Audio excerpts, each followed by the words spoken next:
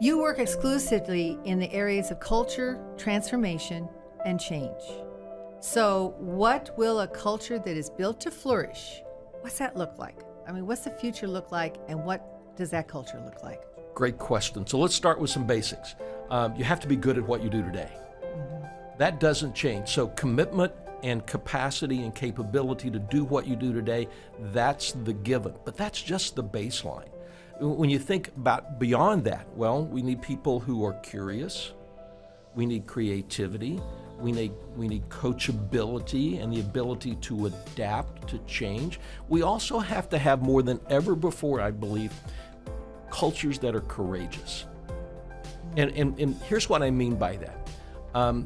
Linus Pauling, one of the great minds around innovation historically in the world, said, "It's much easier to tame a big idea than it is to grow a small one."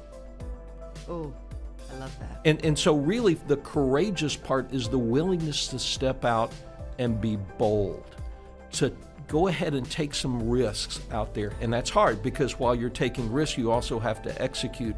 So it really, it's in some respects, it requires both being bold and innovative, but that can be the enemy of being good at what you do today. Yes, it's balance. And so being able to balance those two things, and that's what the culture has to be able to do. And oh, by the way, you have to be able to retain great talent. So when you work with organizations, what are they missing about building a great culture? What do they miss? What did they just not hit the head on? Another great question. So here's the thing.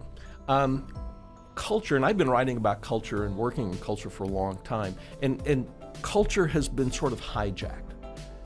It's been hijacked to think that that means ping pong tables and foosball tables and beanbag chairs. And I got to tell you, when I speak with and talk with and work with the young MBA students and young graduates and young people coming into the workforce today, it's not that they don't like those things, but that's really not that important. Given the opportunity, create the culture that allows people to do great work. And so don't let your culture be hijacked by this thing of, well, I've got to have beanbag chairs, I've got to have nap rooms, I've got to serve meals every day. What they think is important. Yeah, and if you can do that, great. I'm not saying don't do that, but don't think that makes a great culture. That a place that has fun, that doesn't deliver results, that's not a company, that's a party.